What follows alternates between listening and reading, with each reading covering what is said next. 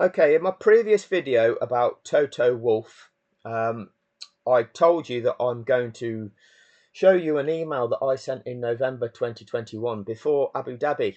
So this is what I'm going to do.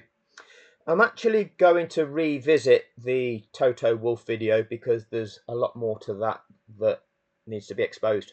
So that will be my next one. But in this video, I'm going to show you what I sent to Liberty Media in November of 2021. Now, I've already told you on this channel that prior to Abu Dhabi 2021, I wasn't the sort of person to go onto social media to voice my concerns about things. If I had a problem with something, I would take issue and complain to the people that should be making the difference, making the decisions to make the difference. So if I have a problem with the sport of Formula One, who owns the sport of Formula One? Well, the marketing rights are held by Liberty Media. They are the controlling player in the sport of Formula One because really they puppet the FIA. That's the reality of the situation. So I went to Liberty Media. I don't see the value of campaigning on social media, said, oh, there's a problem with F1 to fans that aren't going to do anything because they can't do anything. All right. I go to the people that should be making a difference, which is what I did in the aftermath of Abu Dhabi. Rather than jump straight onto social media, what I actually did was waited for a couple of days. I saw what happened on social media. I saw that the things that were being argued about on social media were completely missing the point. Okay, all of the arguments that people were being fueled to have on social media after Abu Dhabi were missing the point. What they were doing, they were using the things that Brundle had introduced on the 13th of December, and everybody was going off on different tangents, arguing about different elements that were irrelevant, completely missing the crux of the point. And so I just thought, okay, I'll put this on, and hopefully this bit of information will go viral, because all that matters is you cannot separate out two cars in a multi-competitor event to race off for a win. In any Grand Prix ever, you just cannot say, right, we'll just pick you and you, off you two go, let's see who wins out of you two. I don't give a shit who you're a fan of, you wouldn't accept that. Right? I don't care who you are a fan of. So if you are a strap-on fanboy, okay, in any Grand Prix that you watch, you would not be accepting of Charles Leclerc against Lando Norris. Oh, we'll just separate out you two. Max, no, you can wait back there, Max. We'll leave a couple of cars like holding you back from being able to challenge them for that win. We just want to see who wins out of Charles Leclerc and Lando Norris in this race. Off you go. You can't do that. That wins any court case. So I interjected on social media with that, with the hope that that message would then be spread, and therefore that sport couldn't hide once the fans realised that simple reality. But as is typical, your comments get lost in the comments section of social media. So I then contacted all of the relevant parties in this. I contacted Liberty Media. I contacted the FIA. I contacted all of the teams. I contacted Formula One as the sport itself, the actual brand of Formula One. I contacted media companies. I contacted Sky Sports. I contacted the BBC.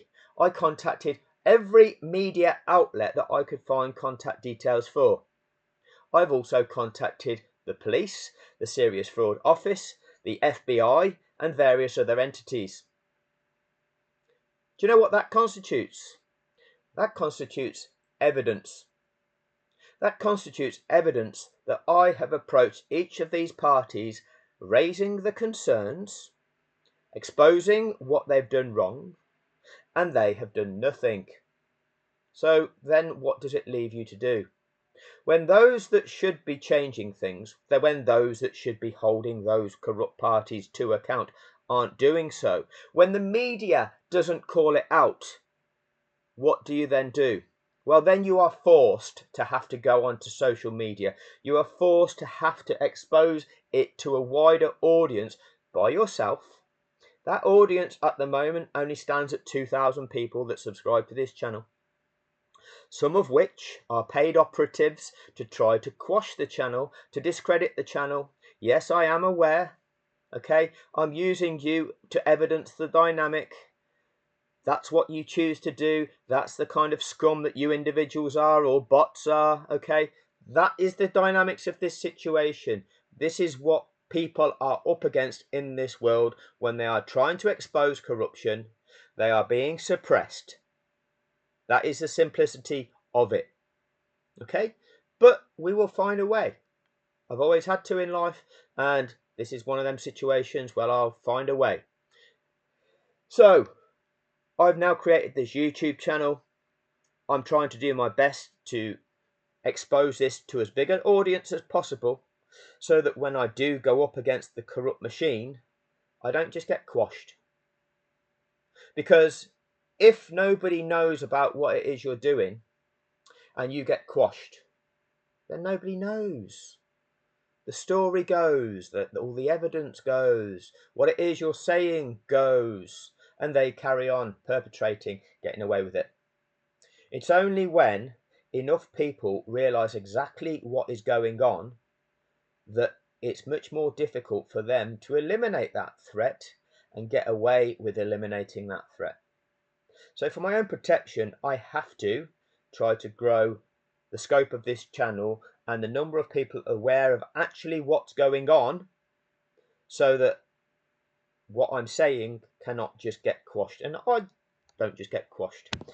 So the email I sent, and this was sent on the 17th of November 2021. This was before Abu Dhabi, because Abu Dhabi was the 12th of the 12th, 2021, the date that's ingrained on many of our minds. So, from me, and it's entitled Grave Safety Concerns About Driving Standard Enforcement in Formula One. And this was to investor@libertymedia.com. Now, that's the only email address I could find for Liberty Media. Oh, you email there is if you want to invest in the company. So people might say, oh, well, that's not the correct email address if you want this to be heard by Liberty Media. No, no, no. If this is the only one that you can find, then that's what you send it to. And those people that receive this email, it is their job to forward it to the right department within that company. That is their job. Okay, and this is a concern about the conduct of the sport that Liberty Media own. And if people want to invest in this sport, well, actually, this sport should be doing the right thing. So this is a concern for the investment department, because this is a concern that a potential investor might have. So, dear sir/madam, I felt compelled to contact your organisation due to having grave concerns over what I witnessed at the F1 Brazilian Grand Prix on Sunday the 14th of November 2021, namely the incident on lap 48 where Max Verstappen drove Lewis Hamilton off the track. This incident was yet another example of the approach to motor racing that has been exhibited on numerous occasions by Max Verstappen, namely that when racing, rather than concede a position, Verstappen will either force the other driver off the track, cause a collision, or force the other driver to yield in order for a collision to be avoided. Max Verstappen's overly aggressive driving approach is extremely dangerous. A crash between the two cars was only narrowly avoided solely by the unparalleled level of skill exhibited by Lewis Hamilton. The manner in which the incident was dealt with at the time was nothing short of atrocious, and here is why. As absolutely no action was taken by the authorities to sanction Verstappen, it sends out the message around the world that these types of manoeuvres are legal, acceptable, and have a place in motor racing. As such, Verstappen will continue to drive in this manner, which endangers his fellow competitors.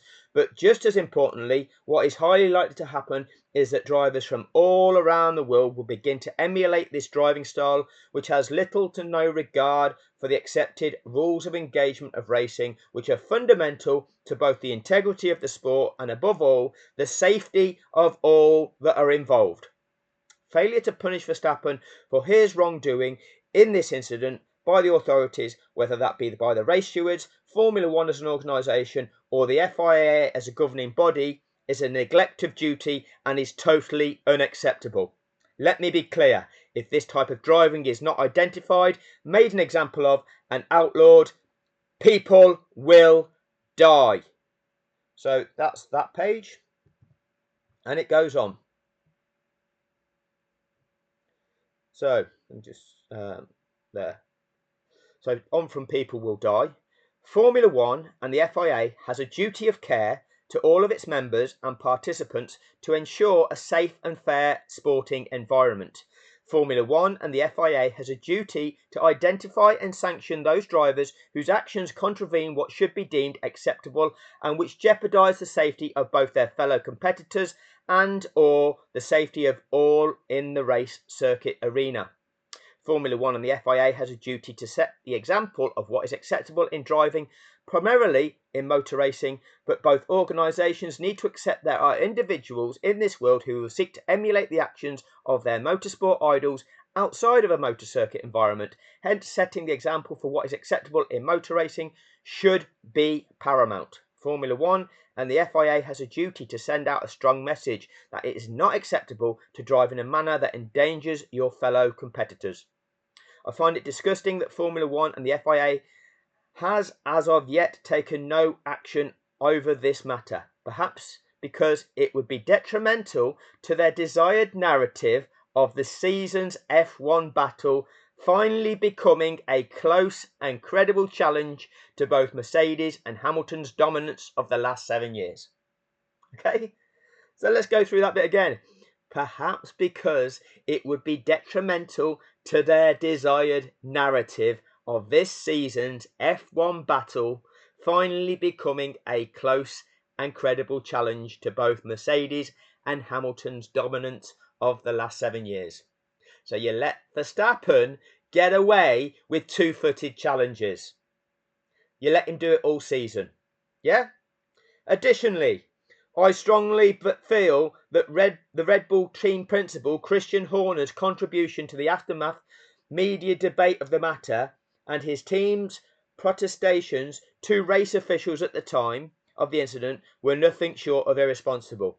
In describing Max Verstappen's manoeuvre as just two guys racing hard, is giving out the message to aspiring racing drivers around the world that this type of driving is acceptable in motorsport.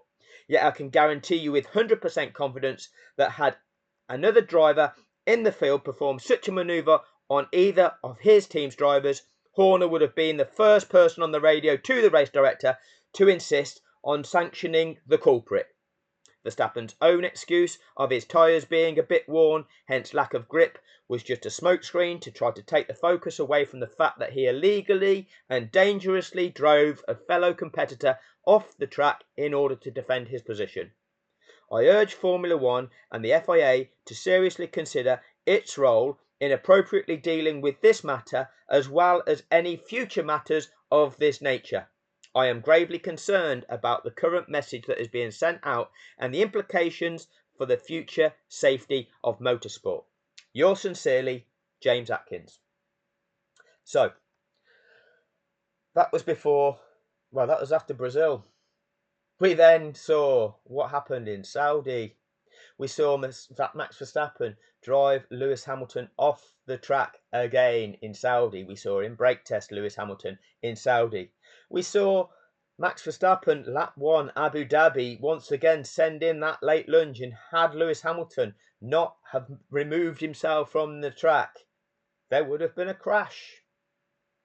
And then the sport blames Lewis Hamilton. Oh, Lewis went off the track there. Lewis went off the track there. You've got to penalise him. Max stayed on the track. Yeah, but had Lewis not moved out the way, what would have happened? Oh, there would have been a crash. Oh, who would have caused that? Would Lewis have caused that crash? Lewis was making his way around the corner. The other car sent it at him. Who causes that? Oh, it's the car that's sending it at him. That's the problem. So, what was done? Evidently nothing.